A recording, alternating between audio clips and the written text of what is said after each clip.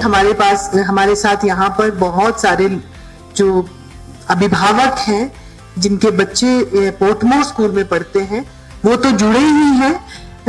साथ ही साथ हमारे साथ सर हिमाचल प्रदेश में जिन जिन जिलों में अभी स्कूल खुले हैं आज के दिन सभी अभिभावक स्कूलों से यूट्यूब से जुड़े हैं और एक एक स्कूल ऐसा है जो डायरेक्टली जूम से हमारे साथ जुड़े हैं। तो बहुत सारे पेरेंट्स हमारे साथ एक साथ ही आज यहाँ इस अभ्यास हिमाचल के लॉन्च कार्यक्रम में जुड़े हैं और मेगा पीटीएम के साथ भी जुड़े हुए हैं। आज हम अभ्यास हिमाचल के बारे में बात करेंगे और एक शिक्षा संवाद पर भी चर्चा होगी और हम बहुत अपने आप को, मुझे लगता है आप सभी को अपने आप को बहुत लकी मानना चाहिए कि आज हमारे शिक्षा विभाग के शीर्ष में बैठे हुए व्यक्ति श्री राकेश कंवर जी जो एडमिनिस्ट्रेटर कम है और हमारे हम इन्हें एजुकेशनिस्ट के तौर पर देखते हैं, वो हमारे से सीधा संवाद करेंगे, हमारे अभिभावकों से सीधा संवाद करेंगे और शिक्षा में होने वाले नवाचारों के बारे में, शिक्षा में जो भी रिफॉर्म्स अभी तक हुए हैं उनके बारे में भी आपसे चर्चा करेंगे और सीधा आपसे फीडबैक भी लेंगे। हम आज अपार आईडी के बारे में भी आपसे चर्चा करेंगे क्योंकि हर विद्यार्थी को एक विशेष डिजिटल पहचान जो है अपार आईडी से मिलती है, तो इस पे भी हम चर्चा करेंगे कि हम सब लोग इसमें भी जुड़े। तो एक बार पुनः आपका स्वागत है और हमारे प्यारे बच्चों का स्वागत है जो इसके साथ जुड़े हैं। बॉट का उपयोग किया, अब उसी पहल को और बेहतर रूप देने के लिए इसे अभ्यास हिमाचल बॉट नाम दिया गया है। यह बॉट अब आसानी से स्विफ्ट चैट ऐप पर उपलब्ध है। इसी दिशा में हिमाचल शिक्षा विभाग ने एक और महत्वपूर्ण कदम उठाया है। राज्य में विद्यालयों में प्रचलित 2 शैक्षणिक कैलेंडरों समर क्लोजिंग और विंटर क्लोजिंग को ध्यान में रखते हुए अभ्यास हिमाचल बॉट में 2 नए रूप पेश किए गए हैं।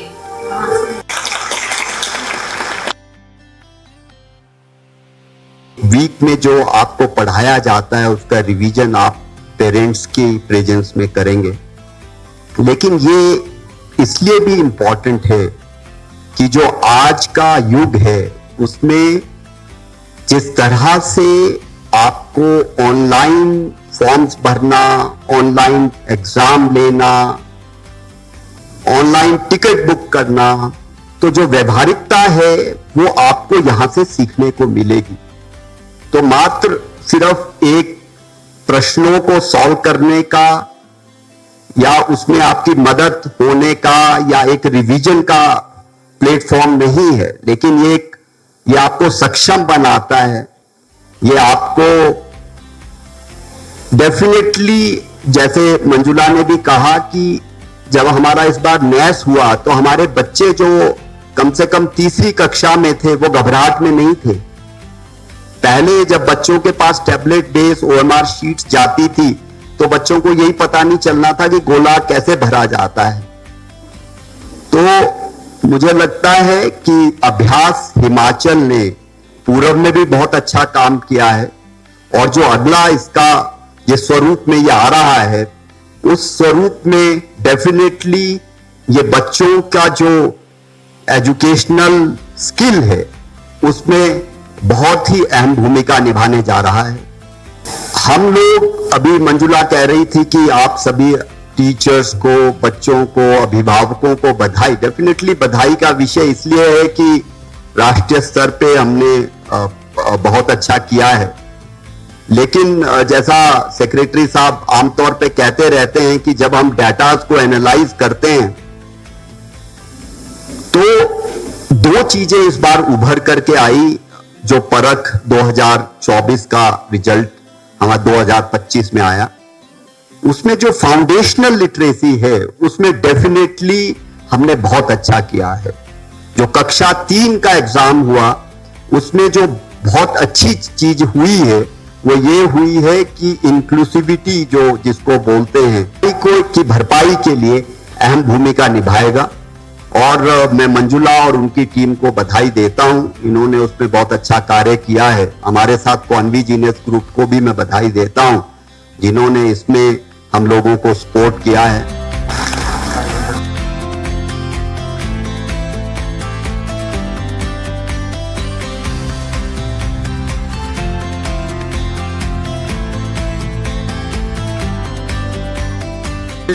लगभग पूरी तरह साक्षर प्रदेश है।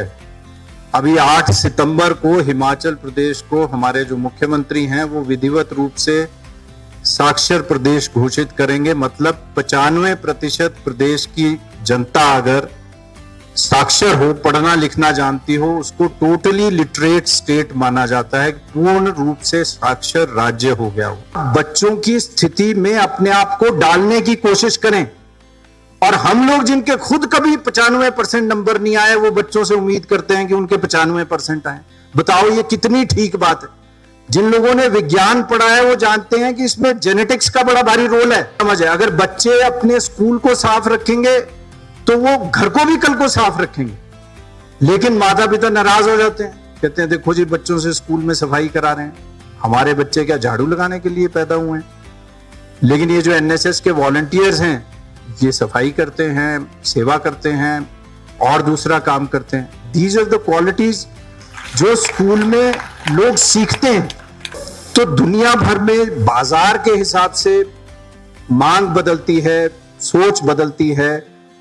ऐसा नहीं है कोई भी काम छोटा या बड़ा होता है।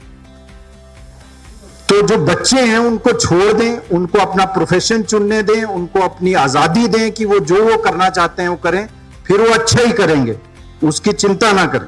तो मैं आपसे पेरेंट्स से ये रिक्वेस्ट करूंगा, सिर्फ आपसे ही नहीं बल्कि जो पूरे प्रदेश में जुड़े हैं लोग, कि स्कूल में ज्यादा हिस्सेदारी बढ़ाएं। लेकिन शहर में मैं आपसे एक और उम्मीद करूंगा, बस चलनी चाहिए। मैं ये नहीं कह रहा बस ना चले, बच्चे को 5 किलोमीटर चलने दो पैदल, कुछ उसकी मस्कुलर पावर बनेगी, कुछ ताकत बनेगी।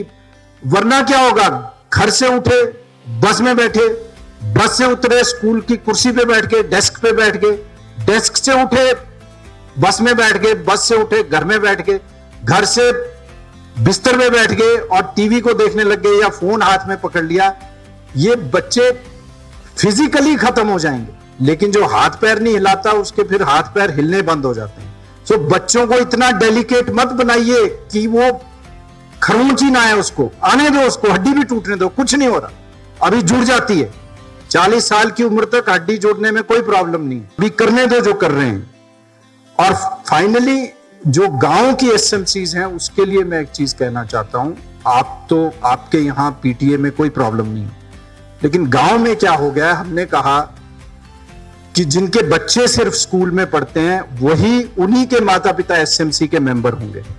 लेकिन गांव के ज्यादातर स्कूलों में स्थानीय लोगों के बच्चे पढ़ ही नहीं रहे, वो तो बाहर पढ़ रहे हैं कहीं। तो या तो नेपाल की लेबर है जिसके बच्चे हमारे गांव के स्कूल में पढ़ रहे हैं, या ऐसे लोगों के गांव में बच्चे पढ़ रहे हैं जिनके माता पिता ज्यादा पैसा नहीं खर्च कर सकते। तो मैं चाहूंगा कि हम इस चीज पे भी विचार करें कि हमारी जो एसएमसी है वो एसएमसी और लोगों को अपने साथ शामिल करे। यहां तो वो जरूरत नहीं है, लेकिन गांव के स्कूल में अगर कोई माता पिता जाके बच्चों को पढ़ा लें, अगर टीचर की कोई कमी है, अगर वहां पर जाकर किसी दिन देख लें कि मिड डे मील अच्छी बनी है कि नहीं बनी है, बच्चों को दिन का खाना समय पे मिल रहा है, अच्छा मिल रहा है, साफ सफाई है स्कूल में, जैसा हम चाहते हैं कि हमारे बच्चों को पढ़ाई मिले वैसी पढ़ाई मिल रही है या नहीं मिल रही है, तो स्कूल का स्तर अपने आप अच्छा हो जाएगा। क्योंकि जब मैं सरकारी स्कूल में पढ़ता था, मैं सरकारी स्कूल में ही पढ़ा हूं, तब सबके बच्चे एक ही स्कूल में पढ़ते थे। गांव के लीडर का बच्चा भी वहीं पढ़ता था, मजदूर का बच्चा भी वहीं पढ़ता था, व्यापारी का बच्चा भी वहीं पढ़ता था, अध्यापक का भी बच्चा वहीं पढ़ता था, अमीर का, गरीब का, हर जाति का, हर एक का बच्चा एक ही स्कूल में पढ़ता था। उसका फायदा यह था कि सबको लगता था कि यह स्कूल अच्छा चले। आज ये हो गया कि स्कूल में पढ़ने वाले बच्चे तो हमें लगता है हमारे हैं ही नहीं, तो स्कूल जैसा मर्जी चले। तो ये जो फर्क आ गया पिछले 30 सालों में, तो आप आपस में बातचीत करके उस पर जरूर कुछ कीजिए। हो सकते हैं, सारी चीजें हो सकती हैं। कुछ चीजें ऐसी हैं जो आपने कही और वो सरकार के स्तर पर करने वाली हैं। हर चीज का जवाब तो मैं यह नहीं दे सकता, लेकिन ये है कि हम भी उस पर विचार करें। अभियान हिमाचल सफर अब इसे और अधिक सुगम बनाने के लिए राज्य में चल रहे 2 अलग-अलग सुधार नष्ट मिलेंगे और अभियान हिमाचल